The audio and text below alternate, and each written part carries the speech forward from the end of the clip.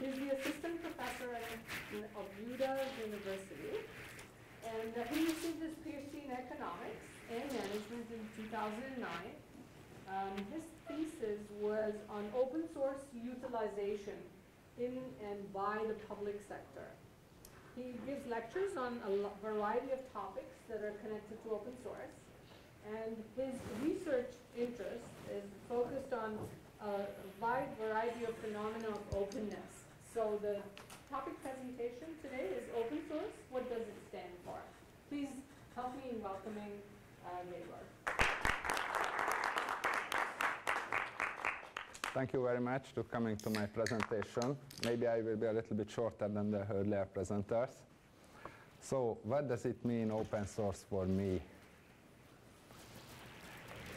Almost everything. Without open source I didn't receive my PhD because my supervisor recommended me open source as a topic and its utilization within governmental work. So my first connection was with open source, this kind of action almost 10 years ago. But I didn't make any choice with the mainstream. Not too many people remember OS/2 by IBM. This is the marketing masterpiece still in the universe. So still is true. But earlier presenters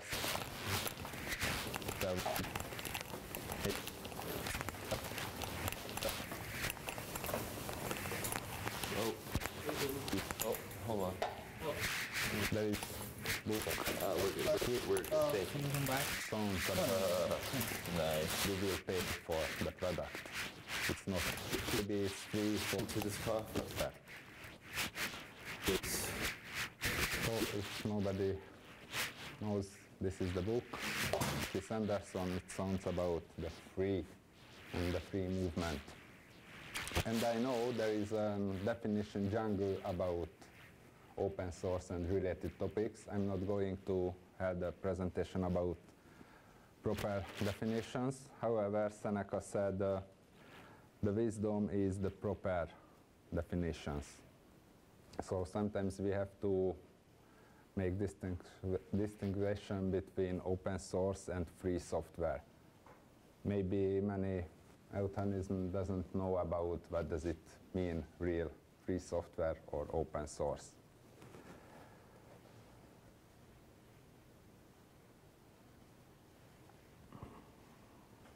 So the users want everything just for free, but it's not exactly true. There is the another side. There is a triangle about security, functionality, easy of use the software, and this triangle could apply for also the open source. What does it mean in origin? It's difficult to strike a balance between adding security barriers to prevent an attack and allowing the system to remain functional to user. So we have to find the balance between these three factors. In general, as the security increases, the system functionality and ease of use decreases for the users. And also it's true for the open source and free softwares. In many cases, we have to choose. We want to use a comfortable way, or we have a secure way. And it's sometimes really difficult. If we want to use only free software, it could be very uncomfortable in many times. There is no Flash player. Sometimes there is no any multimedia application. So sometimes using free software is just uncomfortable, could be uncomfortable. And if somebody give a push for the security, will be a secure system, but not a comfortable. If somebody is uncomfortable, maybe some security holes will be issued for their systems. So many advantages heard about the open source. One of them is the Many Eyes. Earlier presenter said about something, the Many Eyes issues, and the keynote presentation was about a well-known bug. It was exist almost or more than 2 years, and Many Eyes. And he said maybe it was found earlier. Maybe some security expert or even security agencies who were applied this security leak.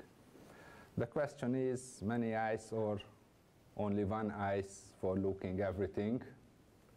And it's also could apply it for the cloud computing, because nowadays it's not about the software itself. It doesn't matter. It's free software, proprietary software. It sounds about everything, the services. And sometimes nobody knows which kind of software we are using. So Many Eyes doesn't mean it's could apply for the security every time. Two well-known Heartbreak and the Shell Shock that exists for many years without any. So some words about privacy. Nowadays is very important for many of users, and really hard to find the balance between the privacy and security. There are two sides of every coin. This is an old Greek sentence, and some tragic event happened even in Canada this week. So where we can find the privacy and the security. We want a very secure society, but everybody wants their own privacy. I think there is no answer for this question, or everybody should find his or her answer.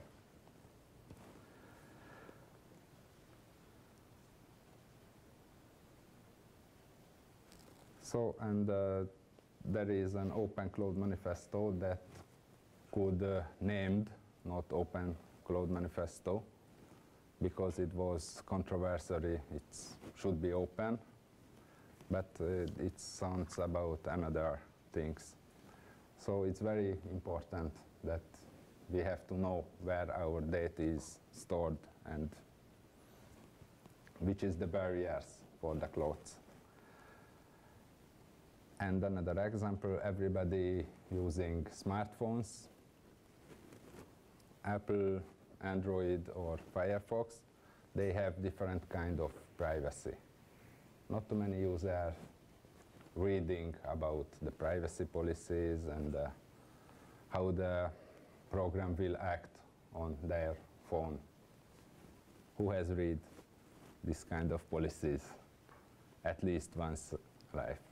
Yeah, and after we are just wondering why Facebook is changing my contacts by deleting or adding SMS messages. So no wonder we have allowed them. And now some words about the presentation words. I wrote about the Prezi, that's a well-known Hungarian startup company. And also the problems with the presentation, also the softwares, not itself the presentations. So we are still having many boring PowerPoint presentation or which made by Prezi or another software. It doesn't matter the software. Even the Prezi can not too well defined. If somebody making too much zooming, the audience can feel dizzy. So these are just techniques and devices for doing something. And also this is the bad idea about open source that solve all our problems. also the Prezi won't be solved. Why I speaking about Prezi and how the Prezi is changing the presentation world. Prezi is just another way to making presentation. It's not for every cases. Sometimes it's easier to put slides and just make presentation. But Prezi and its competitors change the presentations. I will give another examples. You have to have some concept about your presentation before you make a presentation. If somebody who are using Prezi,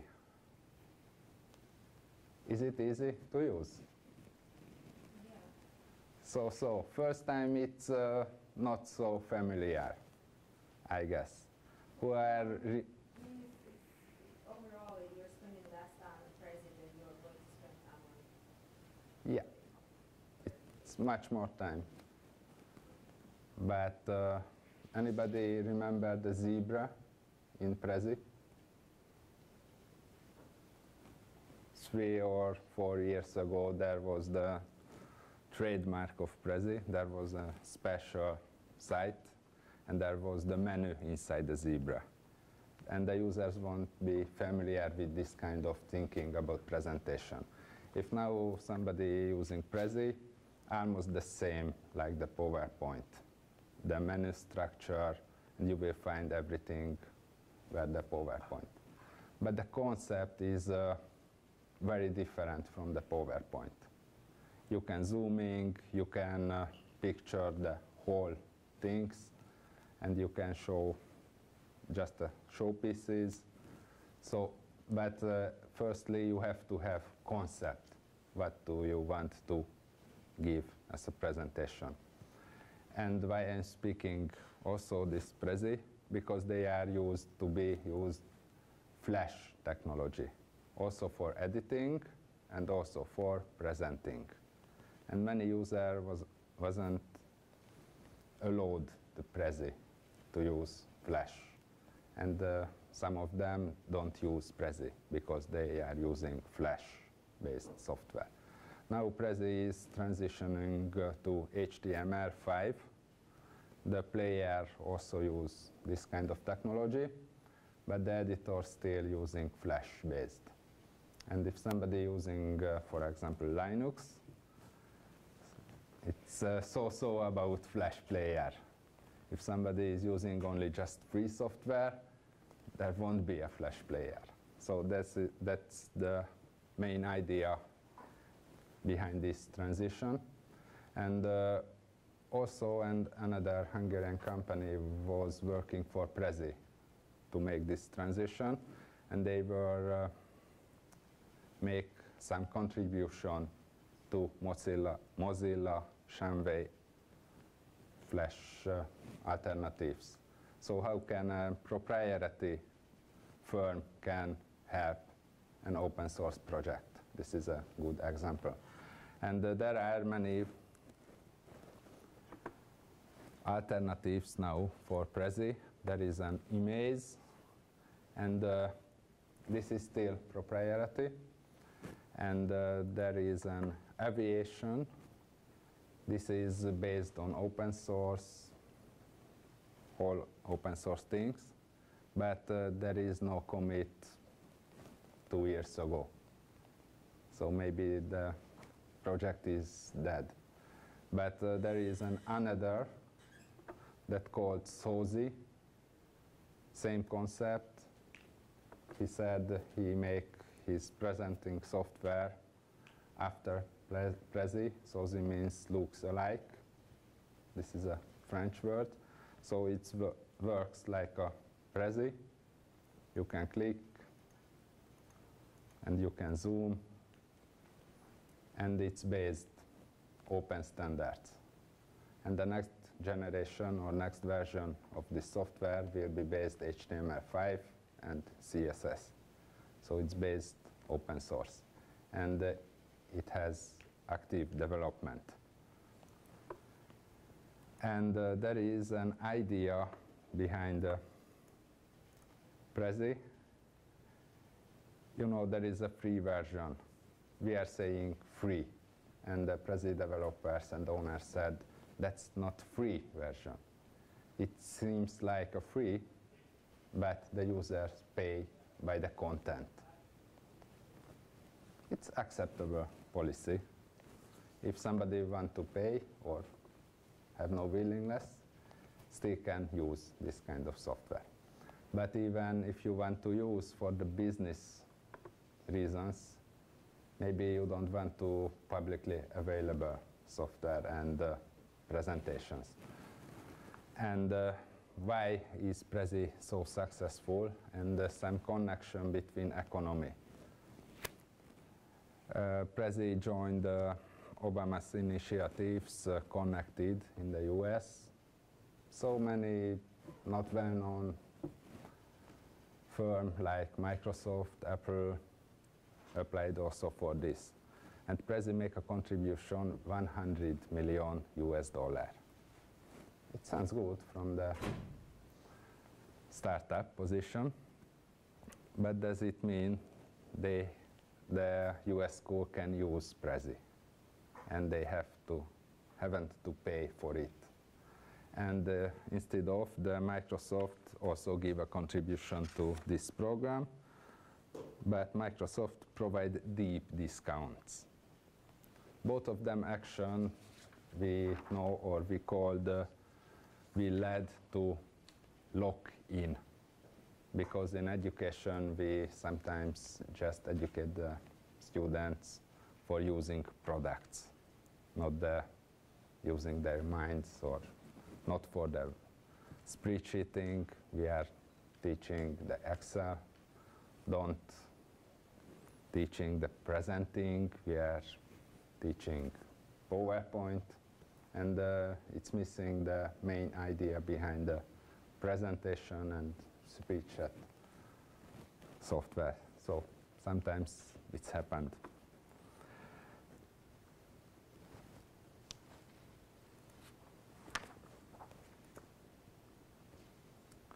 So, and this is an old example also for economy, VHS versus which technology will be led, will be success. It's not depend on which is the better. And if somebody knows an estimation which will be success, maybe he or she can buy many stocks for them. So it's a good question which technology will win. And it's still through this environment. And it's maybe strange to speak about there is a world beyond the English-speaking world in Canada.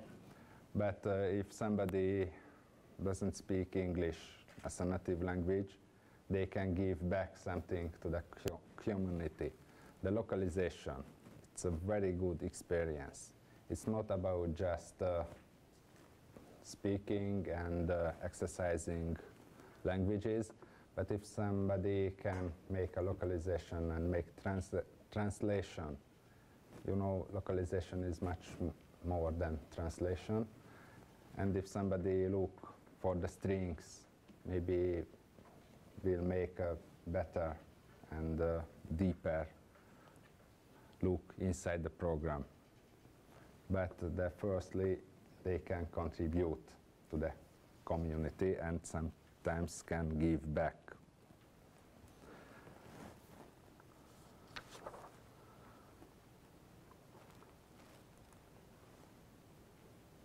Oh, I just forgot the quotation marks about some friends about open source and Linux. If somebody using Linux, you know that it's not our best friend. Also the display link, and there is a Google Earth API that's developed for many years. And the last developer comments on their site, it's 2011. We are ongoing to develop this kind of API for Linux. So it's more than 3 years. And there is a display link. Many users want to buy this kind of hardware and have money to buy it, but display link doesn't allow Linux users to use their technology. But it's based on business decision. There is a driver for Windows and there is a driver for Mac, but there won't be a driver for Linux. What can the Linux community could do? Waiting, or buying another hardware, or maybe hack into this kind of technology. But this is some kind of legal action maybe occurred after this. So as I mentioned about earlier, FLOSS and open source in education, we are teaching the products, not the thinking about. Many people using open source, even the community or universities or even the governmental bodies, and many of them doesn't know about they are using open source. Many people using Firefox instead of Internet Explorer, but they don't know about anything that's open source. So I think about we have to put open source, not the ideologically basic, but some words about this is the open source, that means this. And this is the proprietary, and that means this. And you have a choice which will be better suited for your needs. Also, we have to teach the next generation about thinking, not about how to use a product. Also, the Prezi action to join these initiatives, it's very good business for them, because many young people will be familiar with the Prezi. And after all, when they are going to get the decision maker position, maybe they will choose Prezi instead of PowerPoint. So this is about lock-in. So we have to teach techniques, and everybody have to has own decision which program will be suit their needs. It's a bad news, also have to learn about that kind of software. But we only teach what one kind of software, they will use that. And I hope the small pieces get a bigger picture framed. If you have questions, please ask.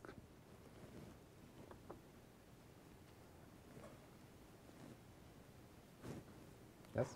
Thanks for your talk. I'm the Dean of Research here at Seneca, and you probably know we have a really nice research group that's working in open source.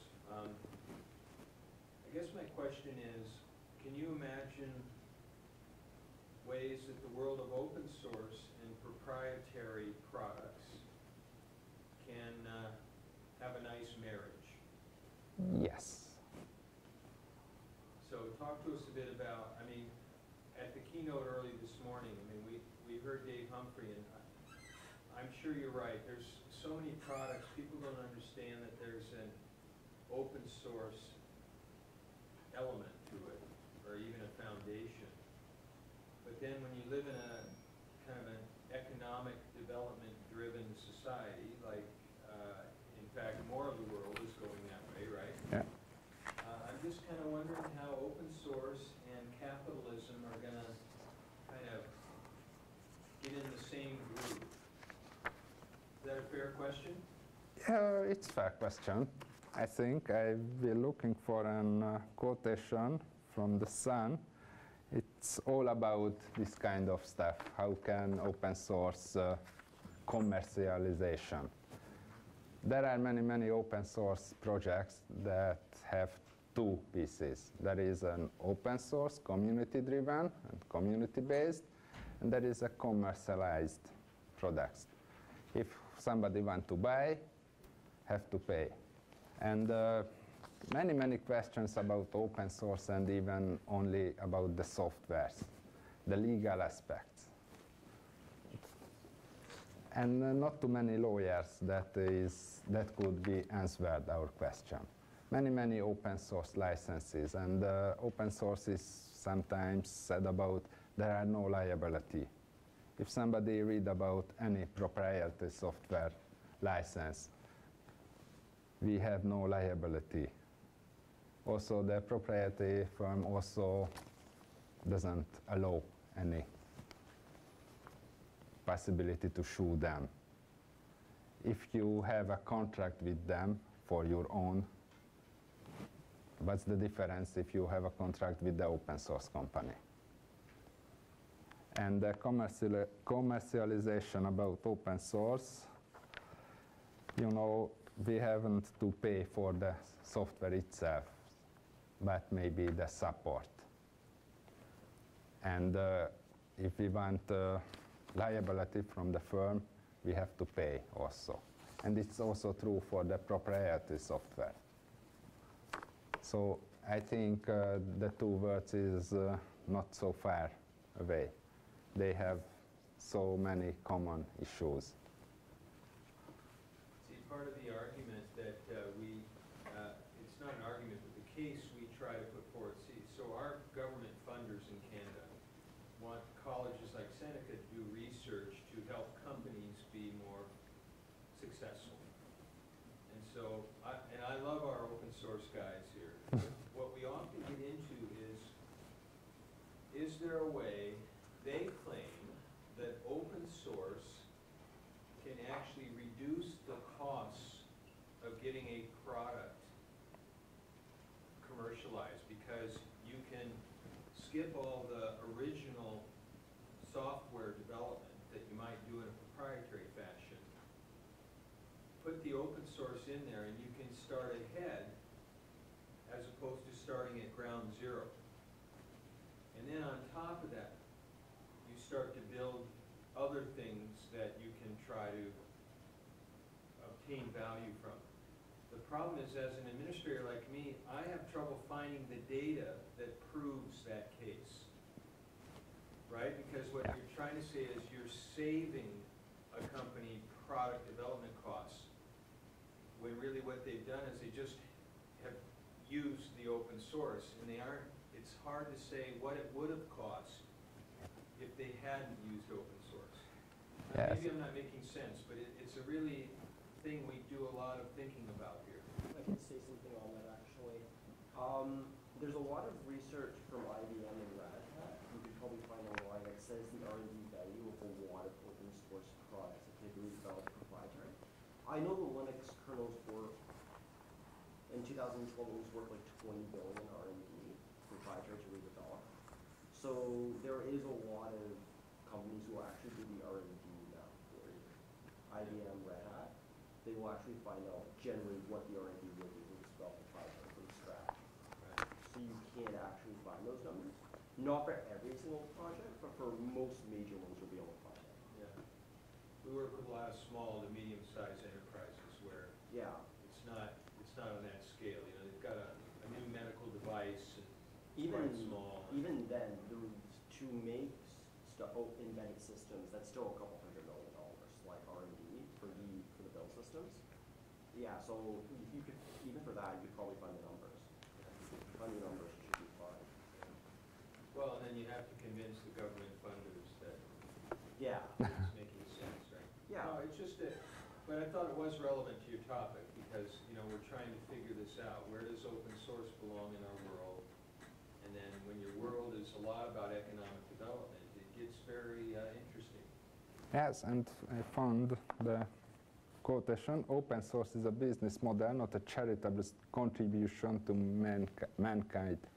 It was said 2006, Joshi Sunil at Sun Microsystem. Just another perspective on the tomorrow's keynote is Bob Young in the morning, and he was one of the original co-founders of Red Hat.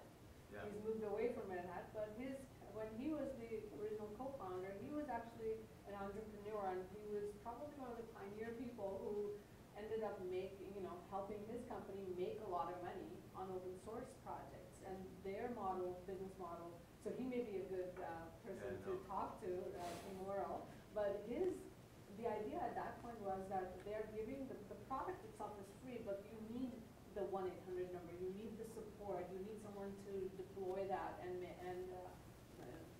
handle the support in a very solid manner that companies will actually buy the product, install it, because they know that they will get the support. So by selling support is where they made their money.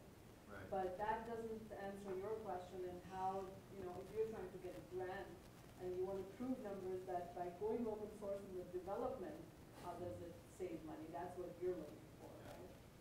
But, Well, software's in more and more products, right? It's Yeah. just everywhere. And so, anyway, it's just something we work with a bit here. I think a lot of our students did a lot of the software for the Firefox phone. And you may have never even seen it in North America, but it's going to be in a lot of other places. Yes, it's also interesting.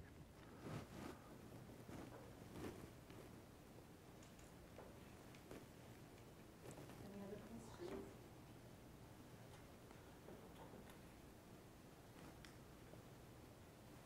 Thanks, Gabor. Thanks for your talk. Thank you very much. Sorry, we should have had a smaller room, but we're kind of, there weren't enough rooms, because I think in a smaller room, because the people that wanted to be here were here.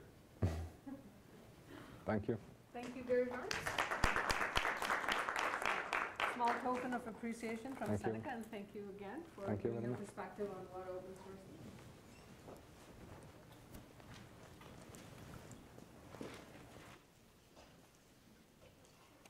Okay, we'll wait for